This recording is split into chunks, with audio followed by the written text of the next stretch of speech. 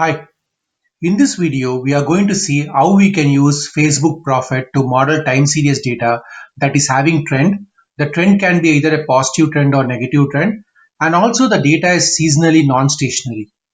Now I'll talk about the concepts like what does trend mean, what does stationary, non-stationary mean. But in this video, that's what we are going to see. In my past two videos, we saw how we can use Prophet to model univariate and multivariate data. In case if you have not seen the video, you can check the video description below and you can see the link. But for this video, those videos are not important. This video can be watched by itself. So now let's get into the details of this video. So in this video, I'm going to use Amazon Profit dataset. The dataset is available in my GitHub repo, or you can also download it from internet. This is available in my GitHub in this location. This dataset has three columns. One is the quarter at which Amazon published their quarterly report, the revenue and net income. So for example, March 31st, the revenue was 75,000. 452 and the net income was 2535. So we have data from 2005 to 2020 over here, and this is how the data looks like. If you see over here, this is how the data looks like from 2005 to 2020. It's a quarterly data. If you see this data, you can see basically you can see an increasing trend in revenue. So basically, the quarter on quarter from 2005 till 2020, Amazon has been showing an increasing trend. The data is not stationary around this mean. So when we say, for example, if you see a sine wave, typically in this range, so if 40K is the target, if you see a sine wave over here, the data is kind of stationary. There is no trend. The data is constant around its mean. But here, the data is basically having an increasing trend over time, right? And this is difficult to model in a typical time series model like ARIMA or something like that. You have to pretend the data, you can, and then you need to model it. But we will see how we can do it in Facebook Prophet. Now, not only trend, if you see, this data also has some seasonality. So every year, when every year on a yearly basis, you can see that is an increase, the peak, and then it again reduces, again it increases and reduces. And you can see this particular seasonality is not constant. Earlier, the seasonality peaks were less, and as it grows, the seasonality peak has increased over time. So till this range, you can see it's stationary, right? The seasonality is stationary, but after that, there has been an increasing trend. Um, just a minute, let me move the slider back. Yeah, after that there has been an increasing trend, and again there has been increasing trend towards the end of it. So the data, first of all, the data has a trend, and the data has seasonality, and the seasonality is not stationary. And you can see the seasonality typically. If you see the December 2017, there has been a peak, and then when you see like June 2018, the revenue has come down, and then again like December 2018 there's a peak, and December 2019 there is a peak. So basically there is an yearly seasonality, and the reason is typically if you see the retail sales are typically higher during the December and Jan month, November, December and Jan month, due to the holiday season. The sales are pretty higher, and that's why we are seeing this peak. So let's see how we can take this data. We will just use Prophet default setting to model it, and then we will feed additional intelligence to the model, right? We will feed like intelligence on trending of data, and also intelligence on this special events like December, Jan month, to Prophet model, and see how the model fits overall, right? So let's get started. So the very first thing I'm doing is I'm importing the Prophet package over here. So what I'm doing is I'm telling like from FB Prophet import Prophet. So I'm just importing the package, and from the data frame above that I showed, I'm taking the quarter column and the revenue column. These are the two columns I'm going to use. Now, by default, the input column to Prophet has to be named as DS and Y. DS is for the time column. In our case, the time column is quarter. Our data is split in quarterly buckets. And then the target column is revenue, which I have to give Y. So what I'm doing is I'm taking the data frame, I'm renaming the column quarter to DS and revenue to Y. This is the column name that is expected to be fed into Facebook. That's the way Facebook Prophet has been designed, and I'm assigning it to Amazon underscore DF. So if you see the data frame, basically your data from 2005 to 2020, the two column that we are given is DS and Y. These are the two columns. Then what I'm going to do is I'm going to split the data set into train and test. For training, I am taking data from 2005 to 2019 March, and then anything greater than 2019 March, I am taking into the test data set. So I have the train and test data set now. And then let's print the shape of both train and test. There are 57 rows in the train and 4 rows in the test column. Now let me start defining my profit model. So the profit model, what I'm doing is I'm like, okay, profit and interval with this 0.95 and assigning it to an variable m, which is going to be our output model. Now the interval is nothing but the confidence interval. So what I'm telling is, when you're giving me an output value, also give me the 95% confidence interval. Now any forecasting problem, you cannot go with exactly the forecasted value. You need some kind of error, and this error like can be your confidence interval. You want to know what is the upper maximum my forecast can go and what is my lower maximum the forecast can go, and this is where the confidence interval comes into play. If I don't give it, by default profit as 80% confidence interval. Once I have the model, I can doing an fit of the train data frame. So basically I'm calling the model fit method with the train data frame. So after this, the training is completed. You can see basically disabling weekly, disabling daily. The reason is our data is quarterly. So we don't have weekly data or daily data. So it's just disabling it. So because it need not calculate daily and weekly, since our data starts from quarterly level. Right? Then what I'm doing is I need to predict on my test data set. So what I'm telling over here is the model make future data frame for 4 periods, because our test data set is only 4. I am predicting for 4 future periods, and I'm telling my frequency as quarterly. If I don't give frequency as quarterly, by default it will take daily frequency. So in this, what I am instructing my profit is create future 4 periods. So if you see the output of this, you can see it has created the future 4 periods. So if you see over here, our train data frame was 3103-2019. And if you go on the top, you can see I had given till 3103-2019. And after that, it has added 4 more columns, the 4 more basically time frames, because we are given period force. So basically it has added up to 3103-2020. Right now, I have my future data frame. What I am telling is go and forecast for the next 4 period, and that's what this does. So it's going to take my future data frame that I have created on the top. It's going to call the model.predict, and it's going to create the forecast. Now forecast will give me these 4 variables. It will give me the timestamp, it will give me the y-at, it will give me y-at is the actual forecast that it has done, and y at lower and upper are the 95% confidence interval.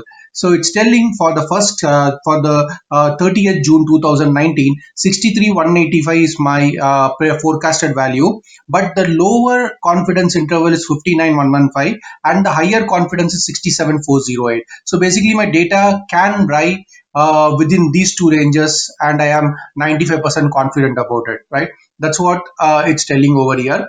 Now let me go and plot this data along with the original data. So what I'm doing is I'm calling pandas concat. I'm giving the original my Amazon data frame. I'm giving the y value. I'm taking the forecast value. I am taking the y at value, and then I'm plotting it.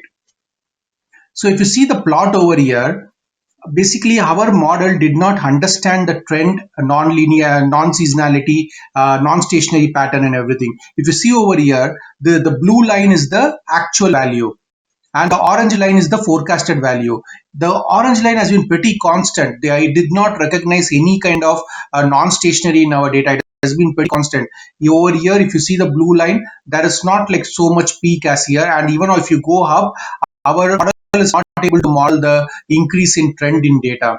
So basically, by default, profit as an additive model, right? And the additive model that profit has is not able to recognize our trend and non-stationary in the data set. So how can we handle this? So what I'm going to do now is, now you saw the output, right? Let's see how our new model performs that I'm going to plot. This also, I'm also plotting the same model. So you can see this inbuilt profit provided plotting. So here, if you see over here, the black dots are your the actual data point, and the blue one is the predicted one, and the light blue on the top is the confidence interval. Even though this data is within the confidence interval, but if you see with the y at value, the prediction has not been great. right? It's kind of predicting it to be trend stationary, whereas our data is trend non-stationary. And some of the points are completely outside. On the top, it did not predict also, it did not fall in the confidence interval itself. So now what I'm going to do is I'm going to create a new profit model, right? So that's what I'm going to do over here. I also brought a components before going there. So components is basically it's going to take out your trend and your yearly. It has predicted, okay, there's an increasing trend. It has done it, and but on the yearly yearly stationary side, right? Yearly seasonality. I'm sorry, for the yearly seasonality side, what it has done, it is showing like some increase during the month of January and December, but other month it's going as telling it's pretty kind of stationary over there, right? And that's how data is. Our data has seasonality, and the seasonality is in the month of December and Jan. Now let us frame the problem little different, right? So what I'm going to do is I am going to include two things in the model. One is I am telling my profit model that this particular model is not an additive model, it's a multiplicative model. Now, what is additive model and what is multiplicative model? I have given a detailed video on that. You can click the link on the top and you can watch it.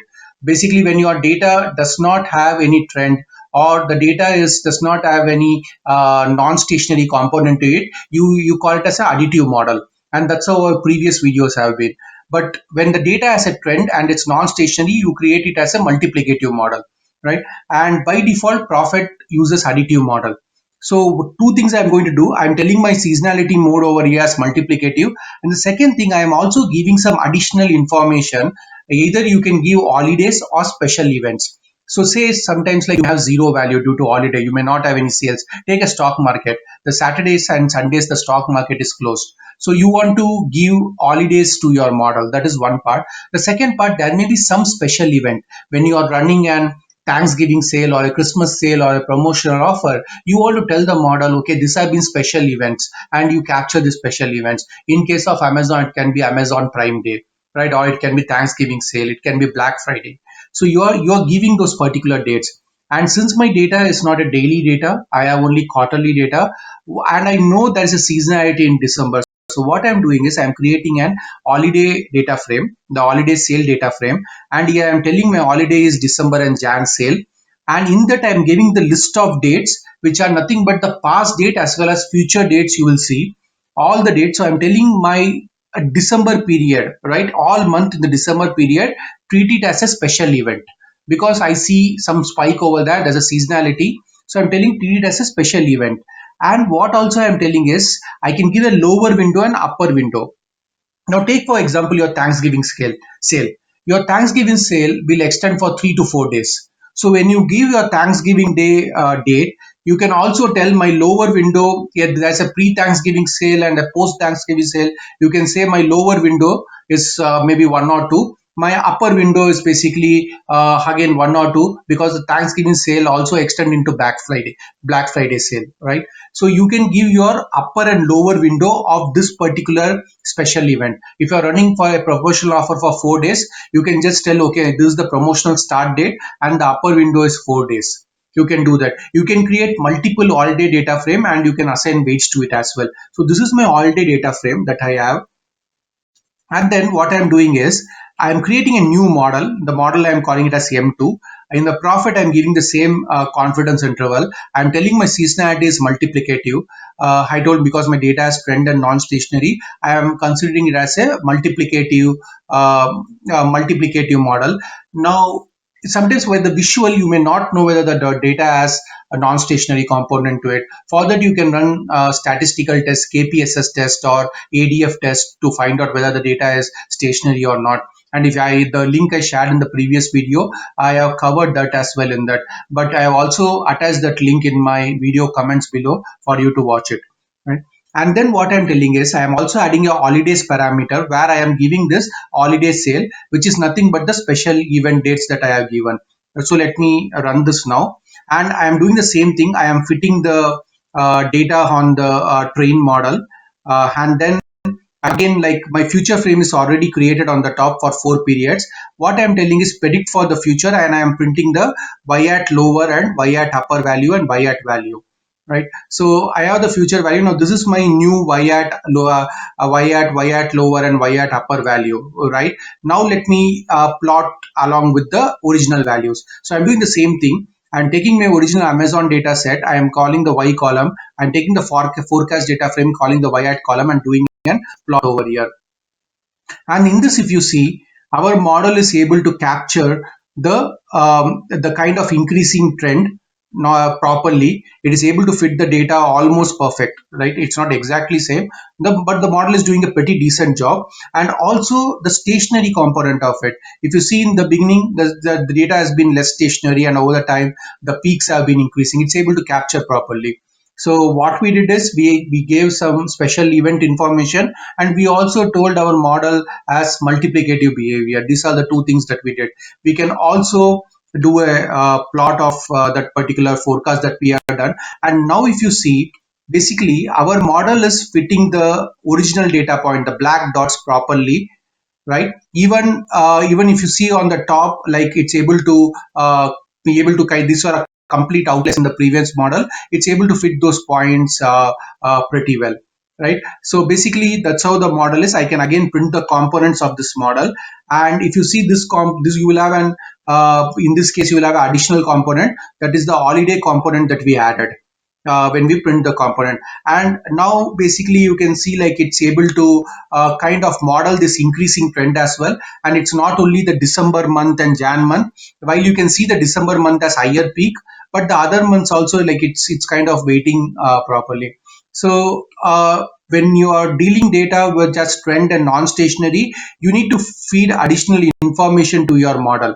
And the holiday information is pretty good, where you have some missing data. Or think of a COVID scenario, right, where you may have some months where your shops may be closed. So you want to model those events, you can give those as holiday events in your data frame, and then Facebook Profit will take care of it. So that's about it. Thank you very much.